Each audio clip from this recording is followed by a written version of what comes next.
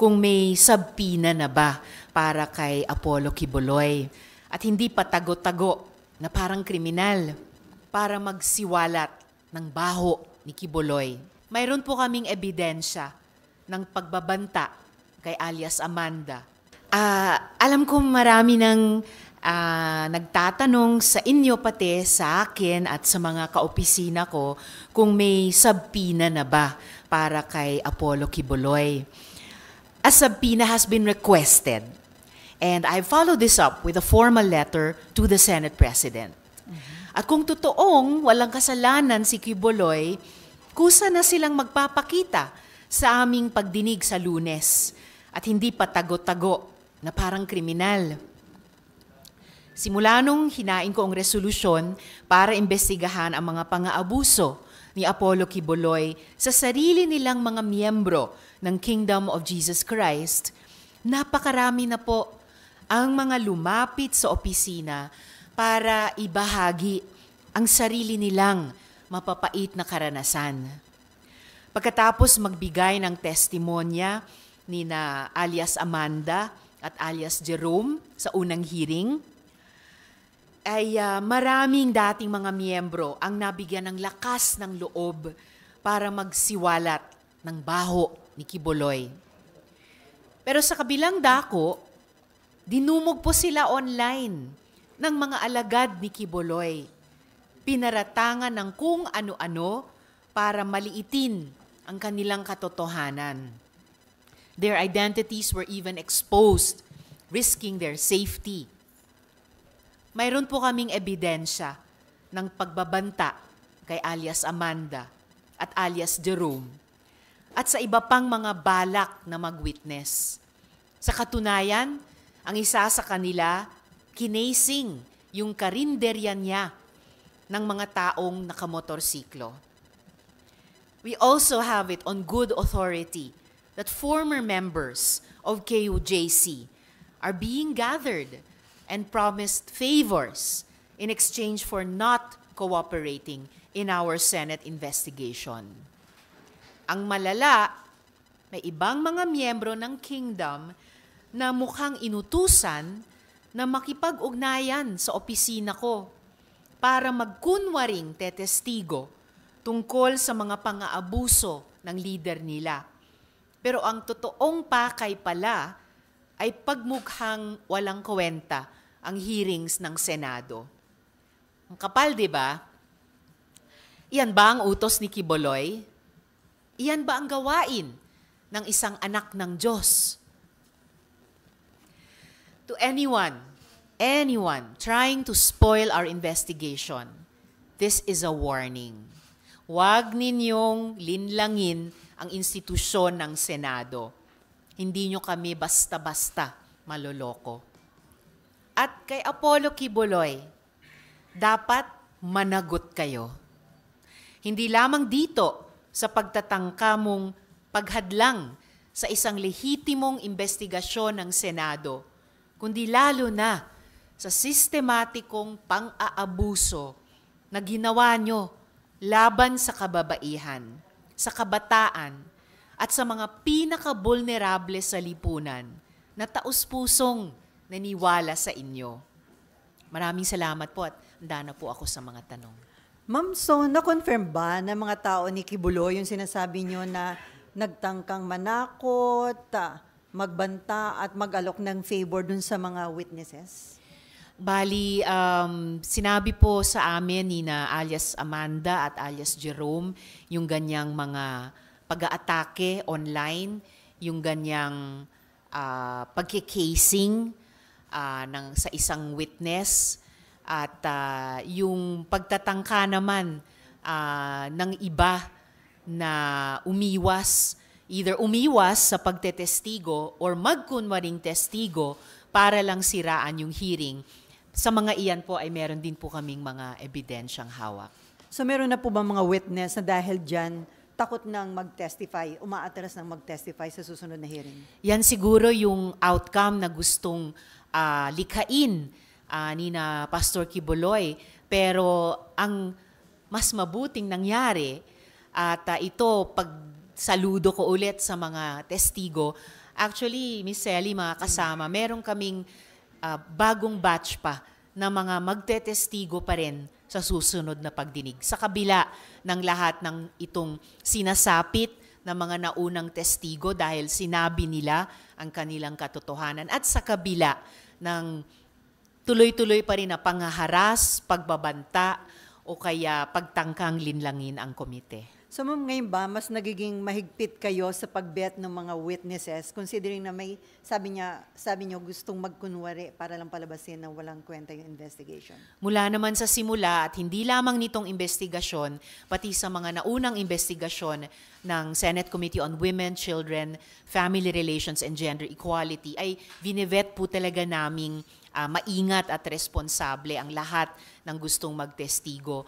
Kaya't nagpapasalamat ako muli sa mga nauna ng nagtestigo sa unang pagdinig, yung ating tatlong kababayan, yung dalawa nandito sa Pilipinas, yung isa nasa Estados Unidos, at tatlong dayuhang testigo rin.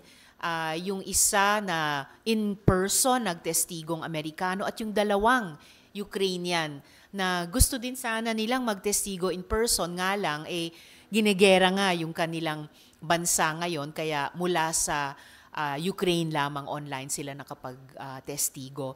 So patuloy yung aming maingat at responsableng pagve-vet sa mga gustong magtestigo, kaya napag-alaman namin yung mga nagpapanggap lang pala, at dahil sa ganyang maayos na pag-vet din ay masaya po ako at magpapasalamat muli sa pangalawang batch ng mga testigo naming haharap sa susunod na hearing. Ma'am, yung Kamara, nag-issue na ng subpoena kay Pastor Kibuloy.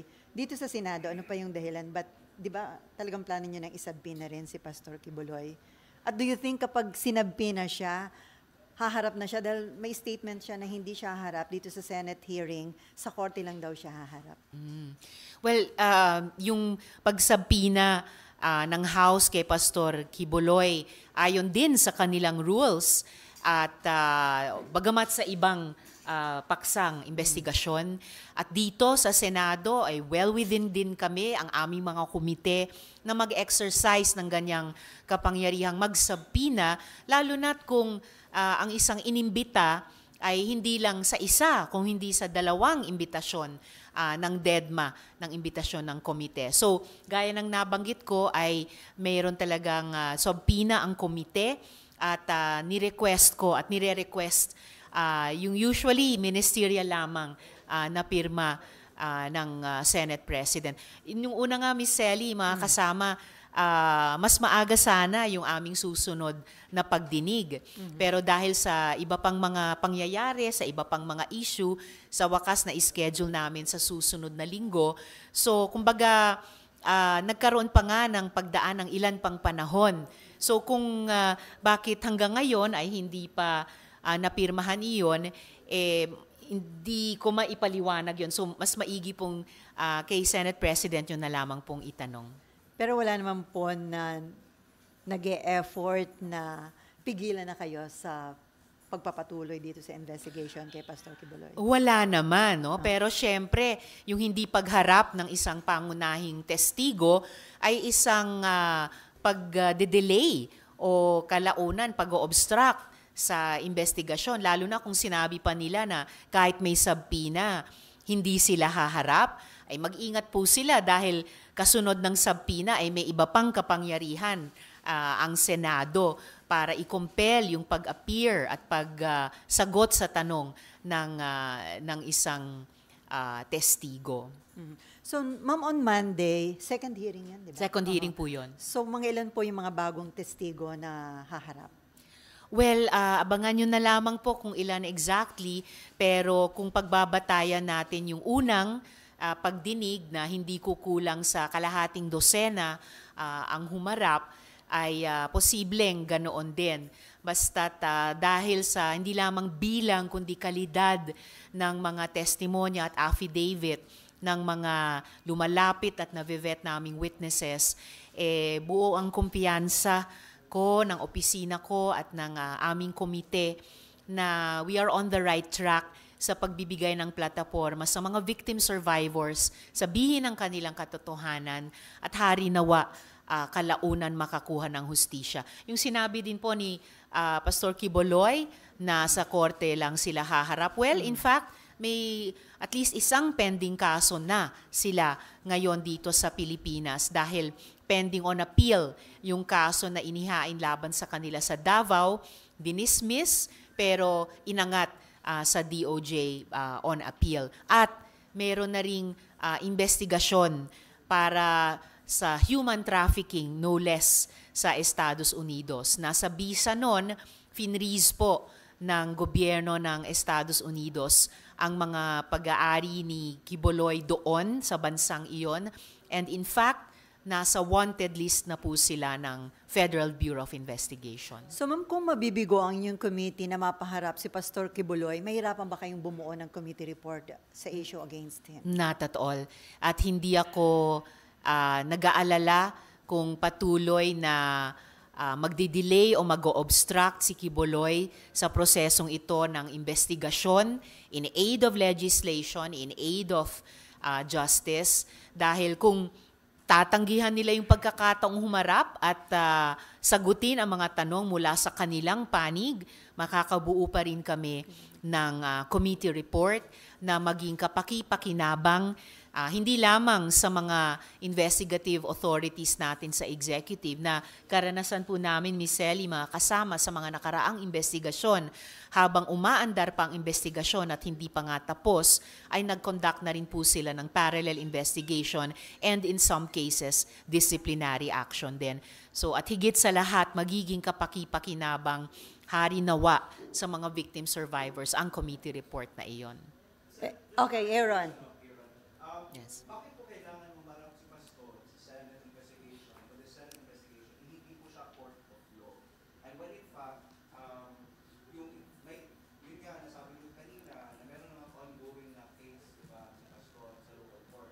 And also, yung sa US, sabihin na natin na, yes, ongoing yung kaso, pero wala pang schedule na nangyayari kasi wala po silang sapat evidence. Yun din yung halaga nitong investigasyong ito, na tulad nga sa karanasan namin ng pag-inquire sa ibang mga resolusyon, sa pamamagitan ng mga pagdinig ay nakapag-surface ng mga dagdag na testimonya, dagdag na mga ebidensya na nagamit, hindi lang ng executive branch, pati ng mga korte sa kanilang pagdinig ng mga kasong iyon. Hindi rin po lahat ng mga humarap at haharap pang testigo dito sa Senado ay nakapaghain din ng kaso sa korte at gayon din kung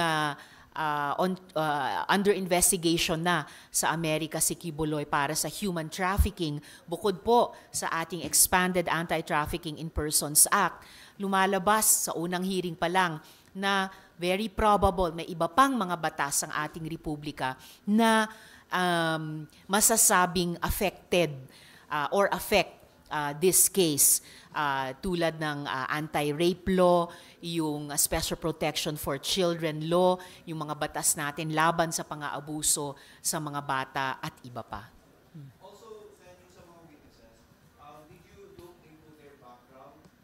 Bakit po sila, kumbaga, like for the case of yung naunang dalawa na nagbigay ng nananahaya? Yes po, sa testimonya o affidavit ng iilan sa kanila, ikunento nila yung buong kwento actually mula sa simula at katapusan. Paano at bakit sila naging kasapi or ang kanilang buong pamilya naging mga kasapi ng kingdom, kung anong naranasan nila sa loob, yung mabuti sa simula na nauwi sa maraming masasama sa huli, at na para sa ilan sa kanila, yun ang naging dahilan ng pagtitiwalag nila. And nakwento din nila with all candor, in a way, yung back and forth nung life story nila, kaugnay ng kingdom at ni Quiboloy. Yung at least isa, kababayan natin na nasa ibang bansa na bumalik pa nga siya at a certain point. Itinanong sa kanya, bakit nga binyagan nyo pa yung susunod yung anak doon sa kingdom.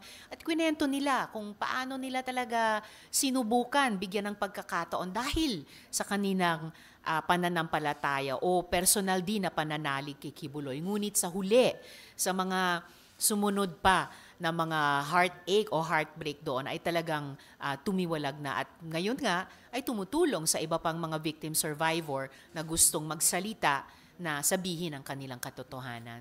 Pero natanong niyo po ba if they fully know of what it takes to be isang alagad ng simbahan or tao ng simbahan?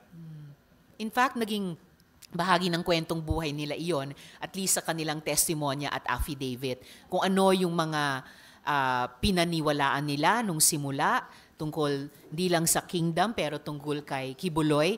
At siguro kaya din katumbas niyan yung hindi lang frustration, pero heartbreak, horror, pagtutol, dahil kabaliktad sa mga itinuro sa kanilang mga paniniwala ay napakasaklap ng natanggap nilang pagtrato sa kamay mismo ni Kibuloy. Kasi sa simbahan, pag pumapasok ka, there is something called the baptism of fire. You have this vow of celibacy. Pag pumasok ka dun, there are certain rules na kailangan ganito, ganyan. Naintindihan ba nila? I presume na intindihan nila dahil sila po ay ginawang at tinanggap bilang ganap na miyembro. Bakit sila? Natanggal na. I don't think any of them ay tinanggal bago sila tumiwalag. Dahil sila nga po ay sa kanilang mga testimonya at affidavit, nagkwento ng mga kasuklam-suklam na naranasan nila na naging dahilan ng kanilang disenchantment kay Kibuloy at o sa kingdom mismo. Considering the number of members na naniniwala kay Pastor at yung numbers ng witnesses po ninyo, hindi po ba kayo parang nag-aalinlangan na parang may problema po doon sa mga sinasabi ng mga witnesses? Bahagi yun ng maayos na pag-vet namin, both sa victim survivors mismo at sa kanilang testimonya o affidavit. At saka hindi rin lang kasi ito, Miss Elliot, mga kasama, usapin ng numero o arithmetic. Kapag ka po ang isang organisasyon natin, lalo na po ang isang simbahan o isang faith community ay humaharap sa ganitong kaseryosong mga karapatan at kagalingan ng kanilang mga miyembro, ay talagang kailangang harapin. Dahil ang isa lamang o iilan lamang na paglabag na kontrang-kontra sa itinuturong paniniwala nung leader na iyon o organisasyon na iyon ay kumbaga pinasisinungalingan yung sinasabi ng leader o ng organisasyon na iyon. At kung nag-violate man ng anumang sinasabing celibacy vow, ay hindi po yan dahilan para lagyan ng sili yung mata, hindi yan dahilan na lagyan ng sili yung ari, hindi yan dahilan para ipahampas ang kamao at ulo ng miyembro sa pader. Okay, any related question? Okay, Raymond. Just to press on the subpoena you requested from SP, from the letter, it's February 6 pa. So, he said that telling na may something fishy. Ayoko namang bang intriga, pero parang, bakit? Pero ano ba yung regular usually pag nag-subpoena? Di ba parang minsan ang Immediately bilis-bilis pipirmahan. mapirmahan, kinabukasan, o kaya right there and then. Pero bakit yung request niyo for subpoena versus Kibuloy ay parang medyo na-dribble? Dahil ayaw ko rin at hindi rin ako nangingintriga, kaya sabi ko kanina, mas maiging itanong nyo kay SP para kanilang maipaliwanag. Pero nag-follow up ka na, ma'am, kay SP. Opo, nag-follow up Anong po sagot ako. po ng Office ni Senate President Subiri? Na kung may magtanong pa sa kanila, maipaliliwanag nila or ipaliliwanag nila. Kaya't maiging sa kanya nyo itanong. Pero personally, hindi, di ba nagkikita naman kayo sa station hall, hindi nyo na panatanong kay SP Subiri? What's keeping him delaying? Tinanong ko nga po at iyan nga po ang sagot niya sa akin para din po sa inyo. Ipaliliwanag niya sa inyo kapag tinanong nyo sa kanya. So, hindi pinaliwanag sa inyo, ma'am? Kasi para sa akin nga, gaya ng sinabi nyo rin, ministerial naman ito eh. Lahat ng mga, or halos lahat yata, ng mga naunang subpoena at request for subpoena, all ministerially pinirmahan. Naalala halimbawa ng Legis staff ko, panahon na iniimbestiga namin yung formally, at yon posibleng direct hit kay Duterte eventually, ministerially pinipirmahan ni dating SP Soto. So, pero dahil nga hindi rin ako intrigera, paunlakan nyo yung sinabi ni SP sa akin na kapag tinanong nyo, ay ipaliliwanag niya sa inyo. So we're just wondering, nung magtanong Yes. kayo, ba't hindi pinaliwanag, ma'am, sa inyo? Kapag kami, sa amin daw, maipapaliwanag. Siguro kasi alam ni SP na in a way, halos hindi ko matanggap ang anumang paliwanag dahil nga ministerial halos ang subpoena. At lalo na habang dumaan yung mga araw at linggo, eto nga, humarap sa harassment, humarap sa pagkikasing, humarap sa banta, tapos meron pang mga gustong magkunwaring testigo para lang, in effect, i-discarril yung investigasyon. So all the more, mahalaga sa akin yung subpoena kay Quiboloy. Okay, Mean. Sorry, ma'am, just to be clear. So is there a subpoena signed by SP Zubiri forthcoming or none? I hope so po. Kasi kung sa akin lang, sa regular na pagtakbo ng trabaho ng komite, then I should hope so. But is he signing it or not po? As of today, hindi pa. And you could ask him why. Then So, he ma'am, would ano kinukonsider yung option in case na ilang buwan na, hindi pa pinipirmahan? Ano yung... itutuloy pa naman namin yung pagdinig sa hearing ng Committee on Women. Yun. May we know yung explanation ni SP sa inyo why he's not signing the subpoena? He didn't actually give me an explanation. Basta may dahilan and pag itinanong nyo sa kanya, mas ipaliliwanag niya.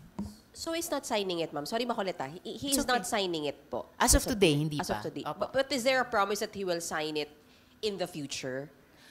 Not a promise, pero siguro kung yung context nung dahilan niya, if it changes, then I suppose it should be forthcoming. In the meantime, hindi na kayang hintayin ng komite yung subpoena. Itutuloy po namin yung pagdinig, lalo na't meron na kaming second batch of witnesses. Last on Quiboloy issue sa akin, ma'am.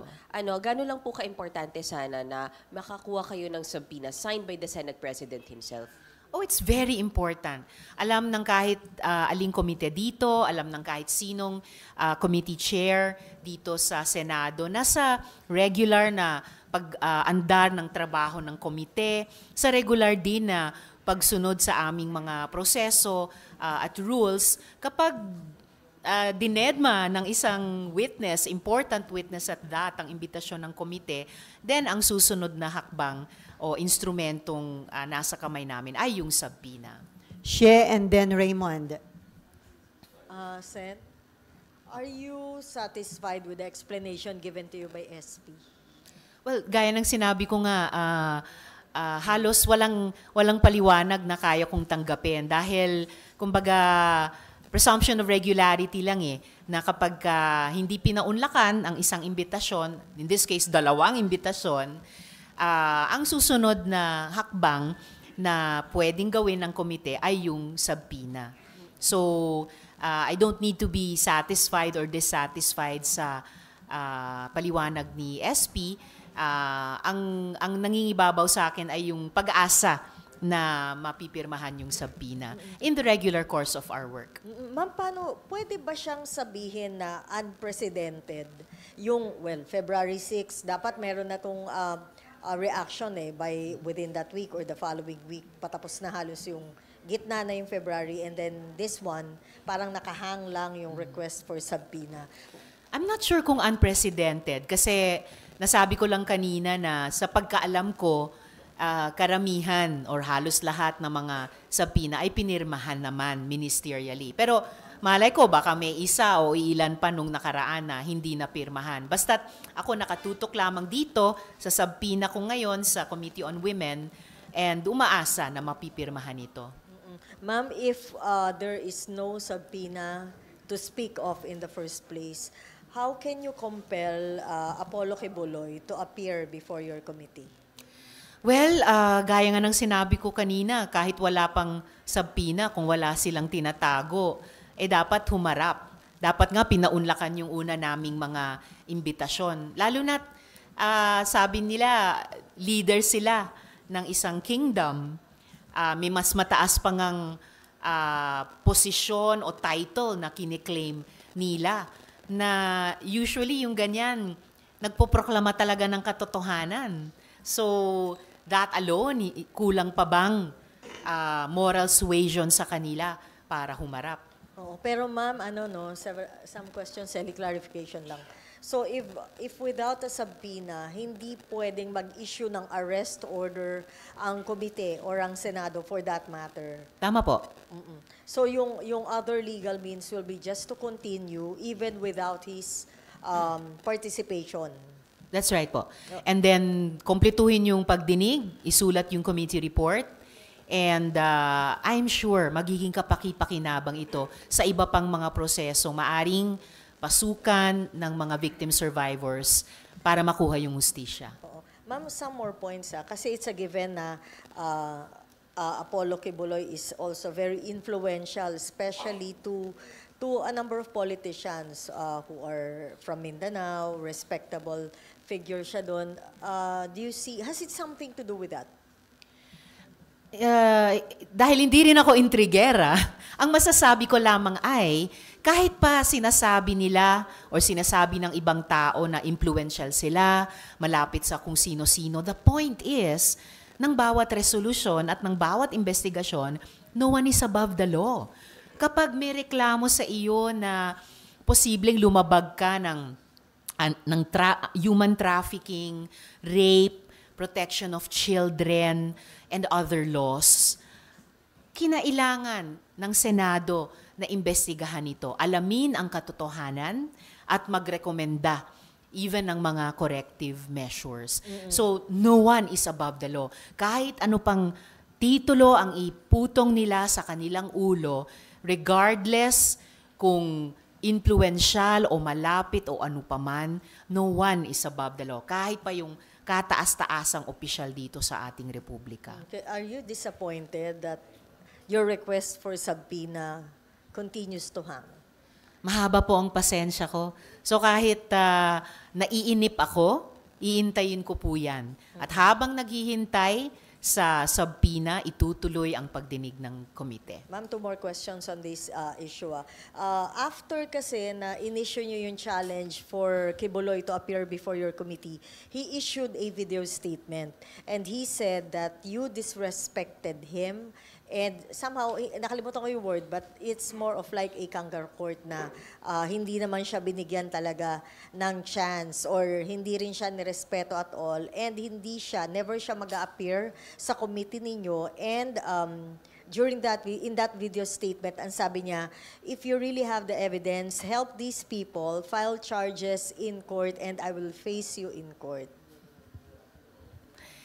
Hindi po papel ng Senado maghanda ng kaso sa korte. At least one of our victim survivors has already taken that brave step para maghain laban sa kanya sa Davao at nung ma-dismiss yun, i-raise sa Department of Justice.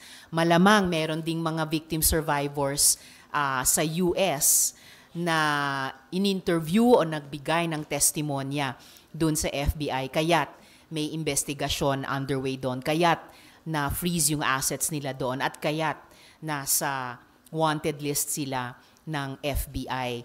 Unfortunately, si Kibuloy ang nagpakita ng disrespect sa Senado. Imagine calling a Senate committee hearing a kangaroo court.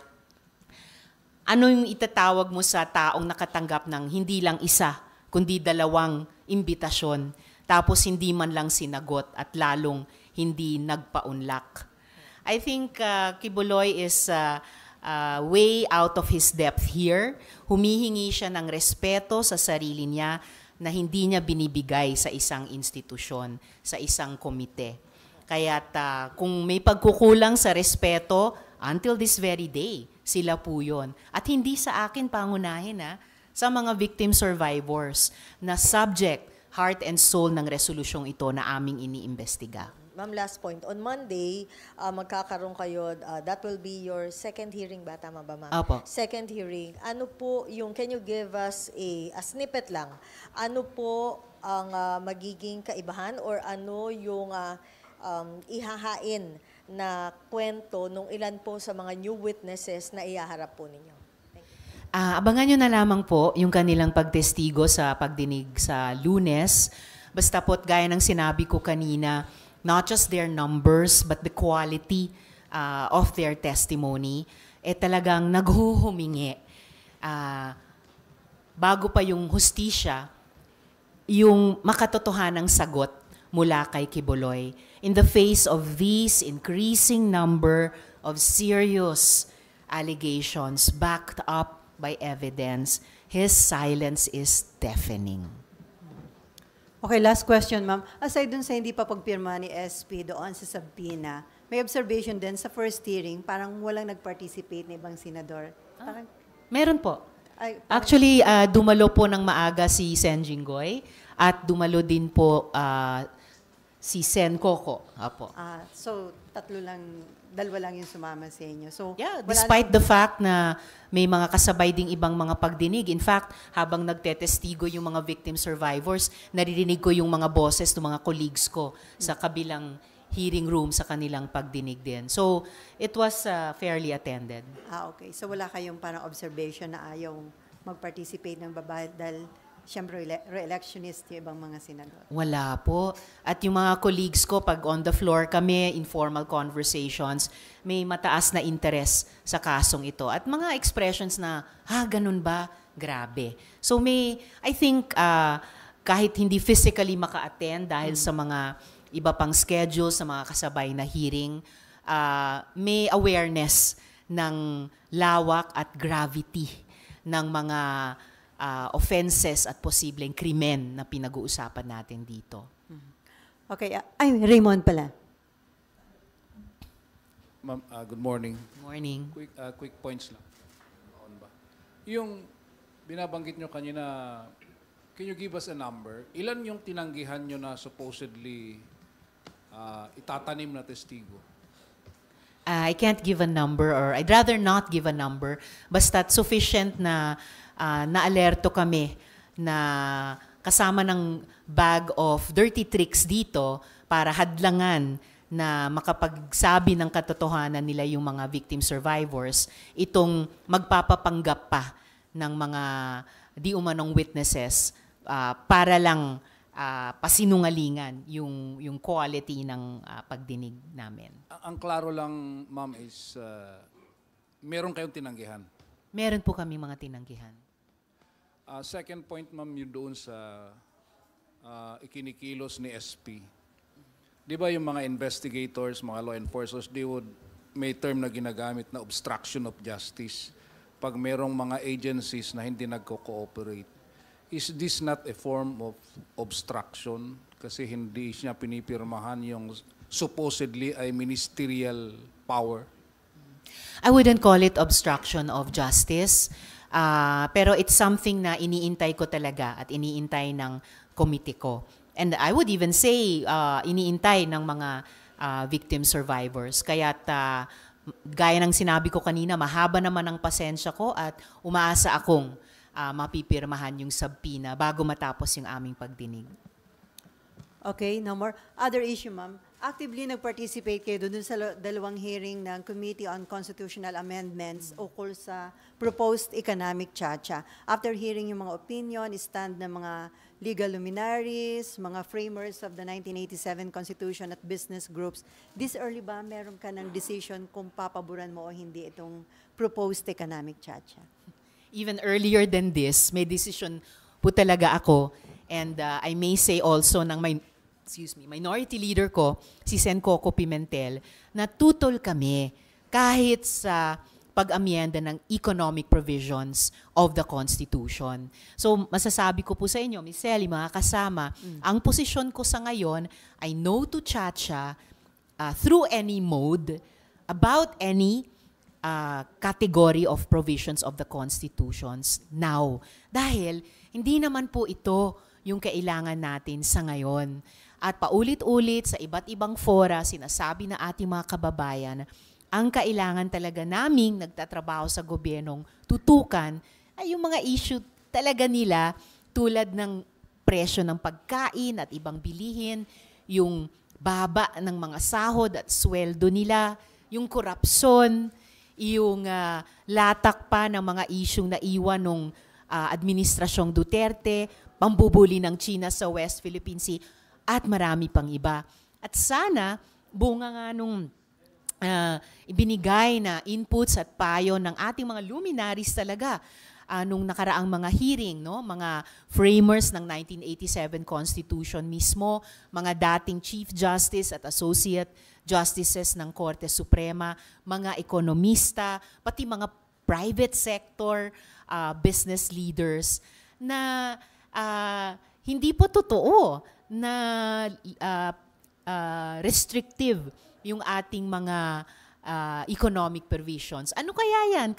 Sinabi nga ng mga resource persons, in fact, ang mga economic provisions ng konstitusyon at mga batas natin tungkol sa ekonomiya ay kabilang sa pinakamaluluwag, hindi lang sa ASEAN sub-region, pati sa buong rehiyon o continent ng Asia. And People's Initiative, all the more, talagang napaka-peke po niyan at parang zombie, mayat maya, binubuhay at sinubukang gamitin. Sana, lalo na sa mga inamin pati ni COMELEC Chair Garcia, na walang kinikilala nila ang mga rulings ng Korte Suprema na walang sapat na batas para i-enable ang People's Initiative para sa charter change. Inamin ni Chair Garcia, wala ng panahon, budget, at capacity na magdaos ng plebisito bago ang midterm election sa 2025. Sana ibaon na talaga sa limot, ilibing na talaga yung Peking People's Initiative na iyan. Ma'am, no to chacha kayo ni Senator Coco, pero dalawa lang kayo sa minority. So ano yung forecast ninyo dito sa Senate? Ano yung kahihinatnan nitong proposed economic chacha? Sa tingin nyo magpa-prosper po ito? No to chacha ako ngayon. No to amending the economic provisions of the Constitution, ang minority. And pakiramdam ko lang po, mga kasama, Ms. Selly, na may mga kasama kami sa majority, base sa body language nila, na hindi rin ganap na sumusuporta sa resolution of both houses number 6. Alalahanin po natin, kailangan nila ng 3/4 of the Senate para aprubahan ng RBH 6. Ibig sabihin, kailangan nila mag-muster ng 18 votes. Ibig sabihin din, kailangan lamang namin ng 7 para sagkaan ito. Kaya the ball is very much in play. Tatrabahuin po namin, kayanin naming makabuo ng 7 na hihindi kahit sa RBH 6. Kakayanin nyo, ma'am, sa tingin nyo na makapito kayo para maharangan itong chacha? Kinakaya po namin para kayanin po namin. Myla? Ano po? Okay. Yung sa 7, ma'am, may mga informal discussion na kayo? Mayroon na kayo initial na tingin nyo, mako-convince nyo na against chacha? Well, I hope so. Sa bawat bill naman o resolution, nagmamapping ang opisina ko, ano yung balance of forces in terms of the numbers ng yes or no or undecided, para ma-inform yung pangungumbinse namin sa mga kasama. So I am hopeful na makabuo kami ng at least 7. As we speak now, ma'am, based dun sa informal or kung nasimulan nyo na, mga ilan na yung tingin nyo, may chance kayo na makuha nyo against chacha? Hindi pa ako makabigay ng bilang out of the necessary minimum of 7, pero yung very confident o overconfident na sinabi nung simula ng RBH 6 na meron na kaming 18, that's highly in doubt. Pero mo yung 7, hindi dahil kinukumbinsin nyo yung iba na sumama kayo sa inyo sa pagiging no to chacha, kung hindi talagang sila mismo nakikita nila na hindi kailangan ngayon ito. Of course po. Ano naman, lalo na sa ganitong mga, kumbaga, transcendental questions, di ba? Tungkol sa konstitusyon, yung kaluluwa ng ating bayan. Ang bawat senador naman may kani-kanyang mga paniniwala na I think from the get-go. So, siguro kumbinsihan na lang in terms of, actually, pagdating na, coming down to the wire na actually casting the vote. Kasi sinabi ni SP Subi, sabi niyo kahit paanong mode ang gamitin, hindi kayo susuporta dito sa chacha. Kasi sinabi kanina ni SP Subiri na babaguhin daw yung rules para bumuo ng Senate Assembly na yun yung mag-handle ho nung pagtalakay doon sa proposed Chacha. Kumbaga, dito i-discuss at pagbobotohan yung proposed economic Chacha. So kahit ganun ang gawin ng Senate, hindi kayo makukumbinse na suportahan yun. Well, syempre, lagi namang within our powers bilang sa Senado, amyendahan yung aming rules at walang ibang pwedeng manghimasok dyan kahit pa nga ang Korte Suprema. Sinabi nila yon dati. At kung ang pag-aamyenda ng rules ay para lalong kumbaga gawing konkreto, no? Yung prinsipyo namin na dapat laging voting separately, edi maigi. Pero nga, kahit ganun pa ang pag-amyenda sa rules at kahit lagi kaming tumitindig sa voting separately na sinusuportahan ng buong minority sa usapin ng economic charter change, no pa rin po ako. Ay ma'am, dun sa hearing about People's Initiative, ano dating sa inyo dun sa pagtanggi ni Pirma Lead Convener Oñate na isubmit yung names ng mga donors at kumbinsido ka ba na isinoli niya yung kalahati dun sa mga donors dahil ayaw daw nilang i-reveal yung mga pangalan nila dahil sa security issue at privacy ng kanilang pamilya? Nakapagsabi nga rin po yung ibang mga resource persons, lalo na yung mga abogado, na citing privacy and security, hindi yun pwedeng i-trump yung paghahanap ng transparency and accountability. Lalo na sa isang proseso ng di umanong People's Initiative na in effect binastos yung mga taong hindi pinaliwanagan ano yung subject nitong PI. Binastos sila dahil sinuhulan pa sila para makuha yung kanilang priceless na pirma. Binastos sa mga tao dahil kinasangkapan yung mga ayuda na bahagi naman ng regular na programa ng ating mga departments at binabudgetan ng Kongreso gamit ang buwis ng mamamayan. Binastos mismo yung People's Initiative provision ng Constitution dahil di naman siya People's Initiative. Initiative ng ibang mga vested interest dyan na mayroon lang mga pansariling agenda. So, standing pa rin yung request ni Minority Leader Pimentel pa nung unang hearing pa lamang isumite ni Mr. Oñate yung listahan ng kanyang mga donors. At baka kasi pati yung obligasyon niya or nila sa Bureau of Internal Revenues, yung pagbayad ng donors tax, ay sinasagkaan din nila. So pwede ma'am na mga kilalang tao o politiko yung mga donors kaya parang kinakailangang protektahan kaya ayaw bigay yung pangalan nila? Posible. Sabi ni Mr. Oñate, 3 dekada na daw silang political operator at sabi din ng isang resource person, di lalong kailangan malaman sino yung mga donors na iyan. Okay, She. Ma'am, anong tingin nyo dito sa grupong Pirma, nagre-represent na Pirma sila, na yun pala matagal nang revoke yung registration. Ano yung parang dubious na grupo na just using a certain name para ma-legitimize yung operation? Paano po ba dapat basahin yun? Well, actually nag-exist ang Pirma pero 2 dekada nang nakararaan. So naging totoong grupo siya noon. Kaya hindi ko alam kung dubious yung group ngayon, but certainly dubious yung practice nila na parang kukunin lang nilang isang damit at ibibihis sa sarili nila para magmukhang People's Initiative advocates or actors, pero hindi naman talaga galing sa taong bayan yung initiative na iyan. At kapag dubious ang moves mo, di nagmumukha kang dubious group, di ba?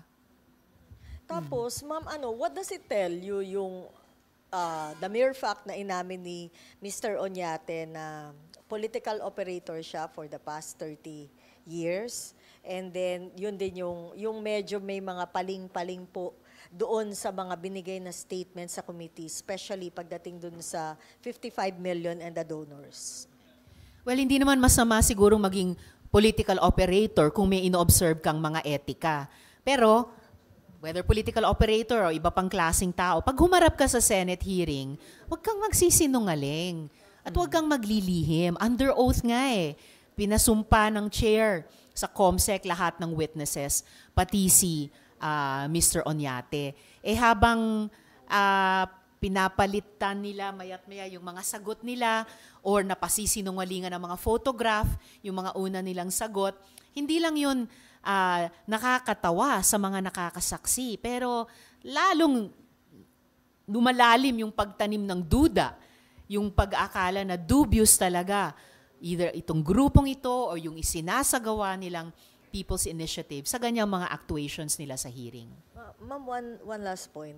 Yung ganon, yung contradicting statements, testimonies, kung kayo ang tatanungin, eto bang ganitong klaseng mga witness, dapat to kino-contempt na ng committee, dapat ba maharap na to? Kasi nagpe-perjure apparently doon sa mga binibigay na statements. Well, tama yung sinabi nyo. They are well advised na mag-ingat kasi nga kapag pinasinungalingan nila yung sumpa nila sa simula na magsabi ng the truth, the whole truth, and nothing but the truth, kahit sinong miyembro ng komite ay pwedeng mag-move, i-cite sila ng chair in contempt. Before may Ann. Yes, Ay, sorry. Ma'am, sundutin ko lang. And that is part of your consideration sa next hearing, kung sakali, na i-recommend na ma-cite sila for contempt? If ever natuloy ang pagsisinungaling? It's always a possibility. Opo. Before may Ann, ma'am, kahit dun sa mga issue nga ng suhulan, bayaran dyan sa signature campaign, sinabi ni Oñate, tuloy pa rin daw yung kanilang signature drive para sa People's Initiative. O, di ba? So, pinatotohanan niya na itinutuloy pa rin nila yung signature drive kahit dahan-dahang nababalatan at nabubunyagan yung People's Initiative, di umano na yan, bilang fake People's Initiative. Kahit sinabi na ng COMELEC na hindi na nila tinatanggap o tatanggapin yung mga forms na pinuno nila ng pirma. Kahit sinabi pa ng ibang mga leader na hindi na nagpapatuloy ang PI na yan, so napatotohanan yung nalalaman namin dito naman sa Senado na tuloy pa rin. So bakit? Ano pang inaasahan nila?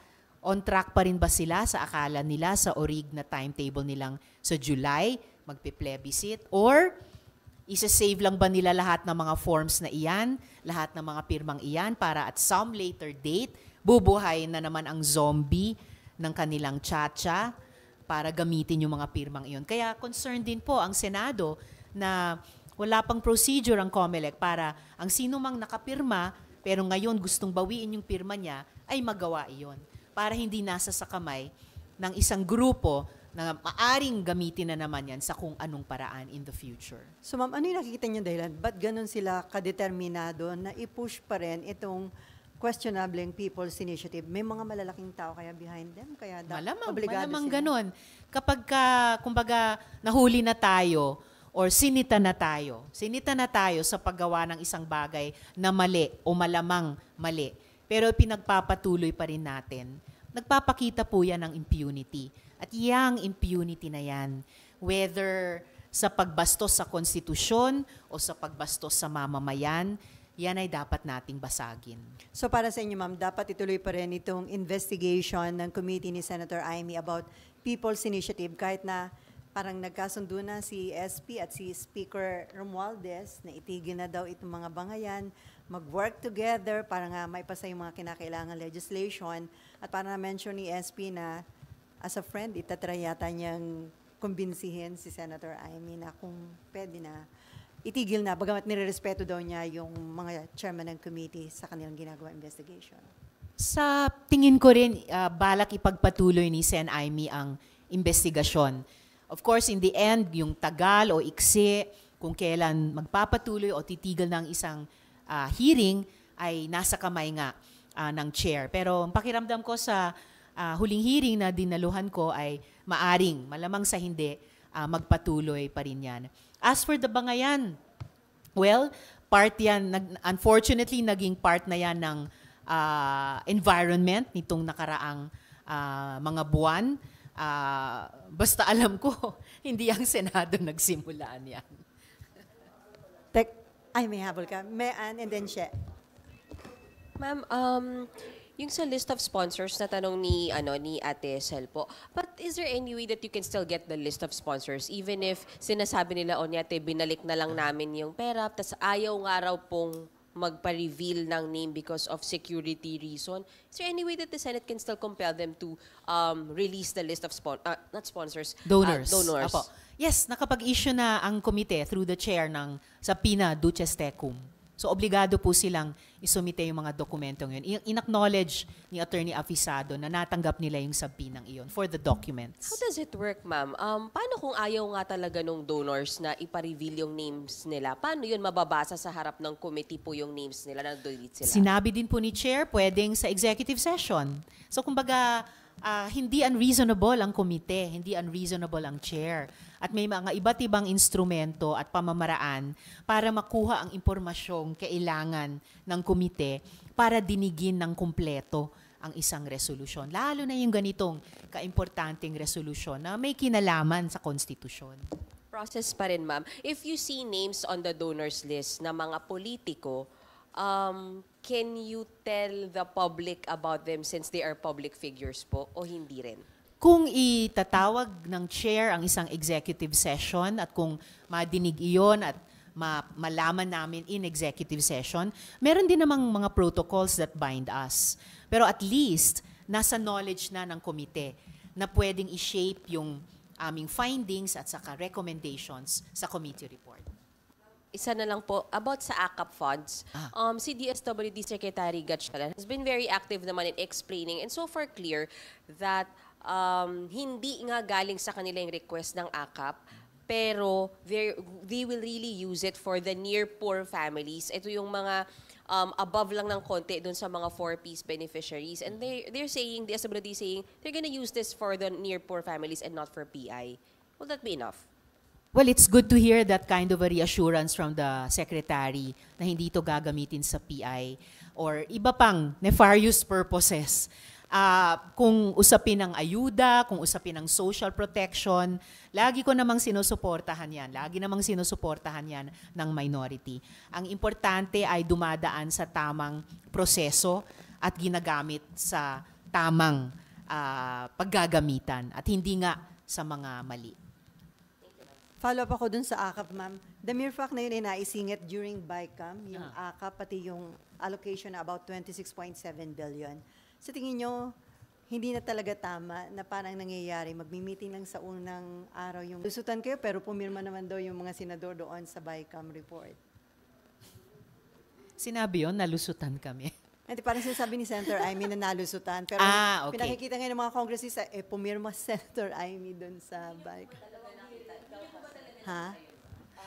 Dalawang beses daw nag-hearing, ma'am, bakit hindi nakita ng mga senators yung AKAP. Tapos nakasign pa doon sa mismong page ng AKAP yung mga senators. Ang mga senador, I suppose like other legislators, again, may presumption of regularity kami. So ako, member din ako ng BICAM for the minority. May mga kasama ako from the majority and we have our chair in whom I have full confidence. So kung nagsimula yan sa maling pamamaraan, that would have started possibly before the BICAM. At ngayon, na nahuli namin na, oops, bakit may ganyan? At kinasangkapan pa sa isang pekeng People's Initiative, no? Sasabihin eventually na para sa near poor. Yun, acceptable yun. Pero kung sinubukang gamitin or binalak gamitin para sa PI, the Senate will not stand for that. So may mga na-discover na mga na-insert during the BICAM, like yung 12 billion sa COMELEC na allocation daw para sa pagsasagawa ng plebisito, and then itong sa AKAP. Paano yung remedy doon para maiwasan yung nangyayari na laging lang may natutuklasan na nai-insert pagdating sa BICAM? Well, bahagi rin yun ng tuloy-tuloy na proseso ng budget reform, di ba? So, sa pamamagitan halimbawa ng mga special provisions taon-taon sa GAA sa pamamagitan ng tinanong nyo rin ng pagiging mas maayos pa yung proseso ng hanggang pa sa BICAM, so simula sa NEP hanggang sa BICAM, tinututukan namin yon. At kaya kahit tapos na yung budget para sa taong ito ng 2024, kaya hinuli din namin dito sa pag-imbestiga sa People's Initiative di umano itong pagtangkang kasangkapanin ang isang akap. Okay, siya. Ma'am, dapat po ba na, kasi dati ang BICAM na nakikita namin, merong open discussion.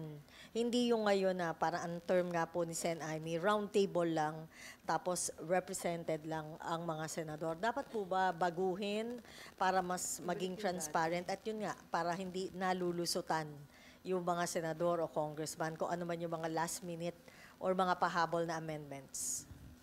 I support that and I will continue to push for that na mas full na proseso. Tapos ma'am, balikan ko lang ma'am yung kay Mr. Oñate. Kahapon po kasi meron siyang radio interview at ang sabi po niya, walang makakapigil sa People's Initiative kahit na Senado, Kongreso, kahit pa daw Korte Suprema yan, hindi daw sila pwedeng pigilin dahil ito ay kapangyarihan ng mga tao na nakalagay sa konstitusyon. How does it come to you? Yung ganitong declaration po ng mismong, ng nagpapakilalang head ng pirma? Nakaka-amaze yung kanyang lack of, di ko alam, siguro pag dumaan ka na sa dalawang ganyang klaseng mga pagdinig, medyo, kung ako sila, medyo bababa yung loob ko. No?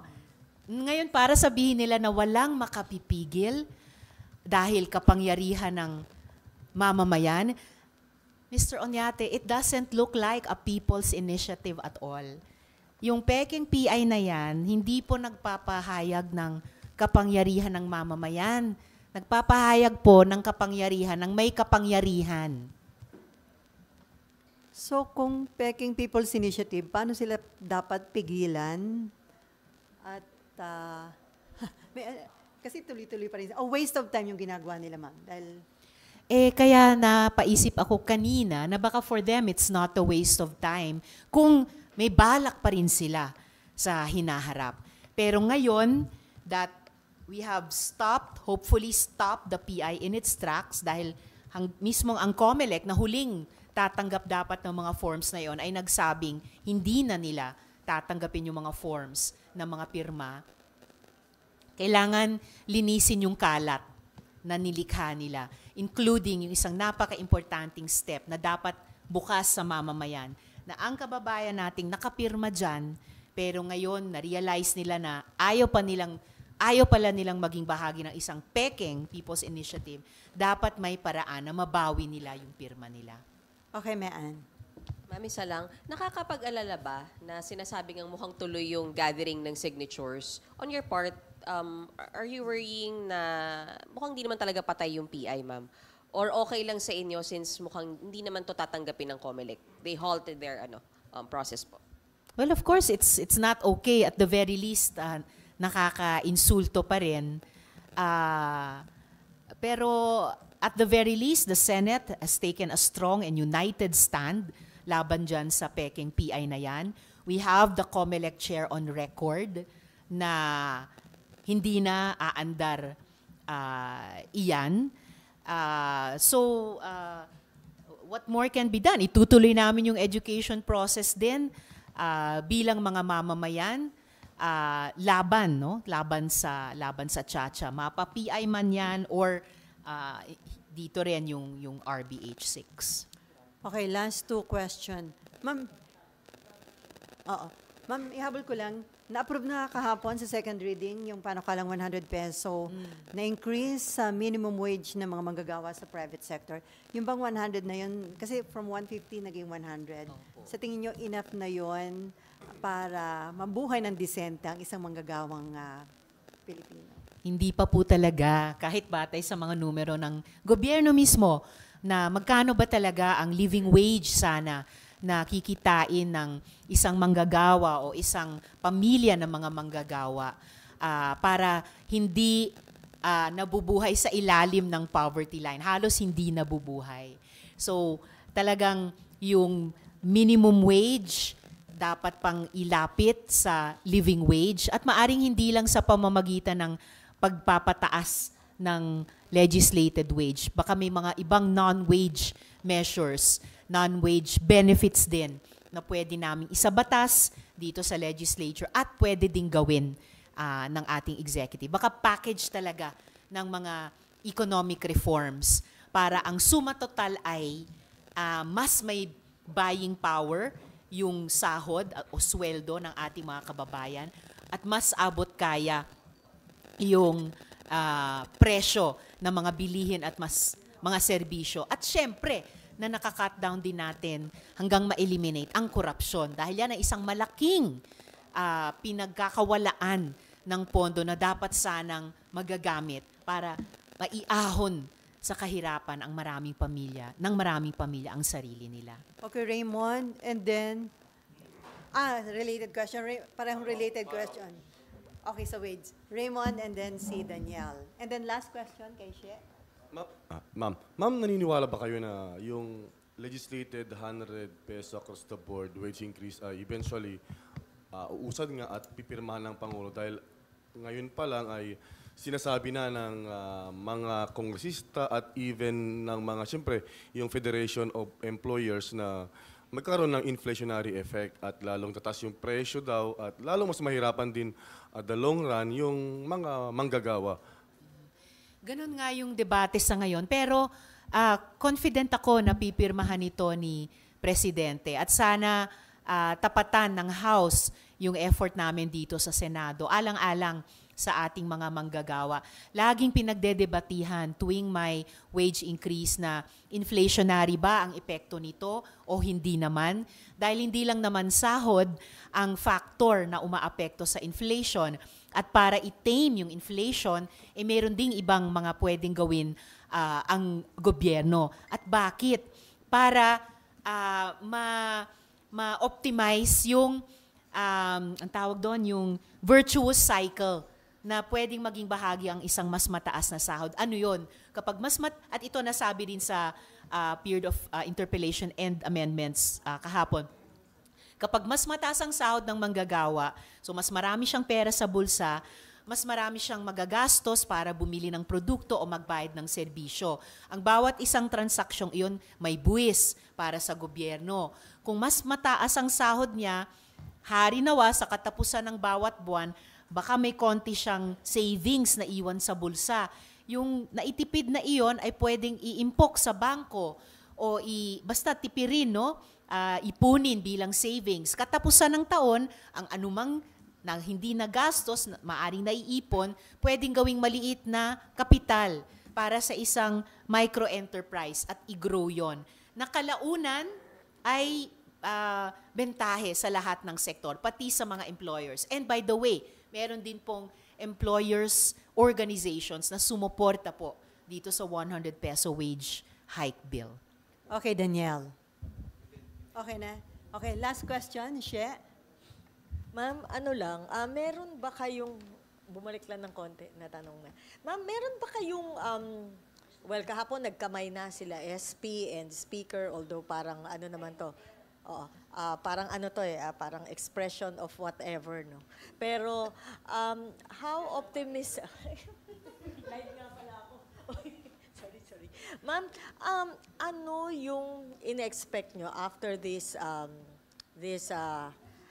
handshaking of two leaders? And also, meron po ba kayong apela rin sa mga kapitbahay po ninyo sa Kamara na mukhang, ang magiging issue po kasi is tuloy-tuloy pa rin ba yung everyday press conference at tuloy-tuloy pa rin ba yung everyday na banat din sa mga senador pagdating po sa Chacha? Well, ang ine-expect ko lamang ay maibalik yung mutual, yung interparliamentary courtesy na mula sa simula ay in-exercise namin dito sa Senado. So, ang inaasahan ko sana ay ma-extricate ninumang mga leader ang sarili nila sa pagkakasabwat dyan sa Peking People's Initiative.